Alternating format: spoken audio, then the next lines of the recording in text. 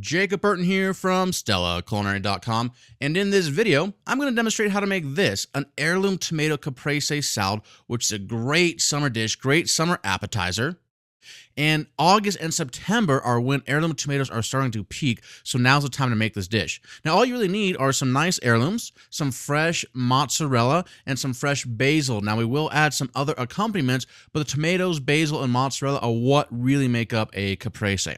Now, one of the things I like to add to my caprese that isn't that traditional, but I think adds a nice flavor, is reduced balsamic vinegar. So here I'm starting off with 4 cups of a Modena 12-year balsamic vinegar.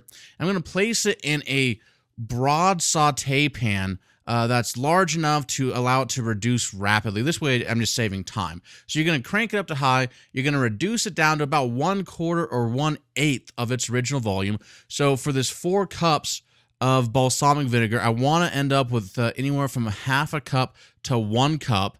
And I'm going to pour this out into my measuring cup just to double check the volume to make sure. And this is just the consistency and sweetness that I like for my heirloom tomato caprese. And I'm going to pour this into a squeeze bottle that's in an ice bath and allow this to chill down, because it won't reach its full thickness or consistency until the vinegar has completely chilled down within your refrigerator.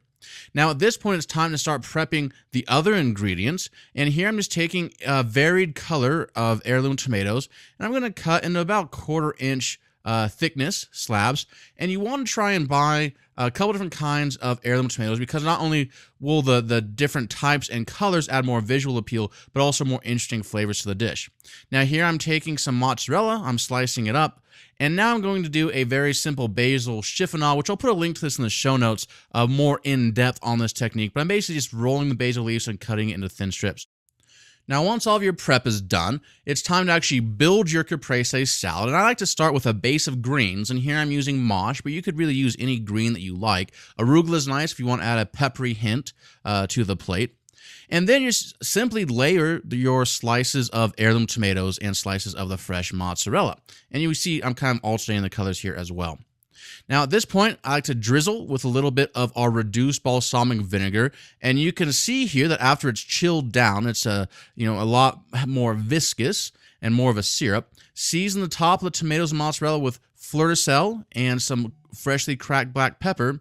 And then I like to finish the plate with a little bit of sauce vierge, which is an emulsified tomato sauce, and then our dehydrated olive oil. And dehydrated olive oil is nice because it doesn't pool olive oil all over the plate. It adds it nice little pockets and adds some more interest.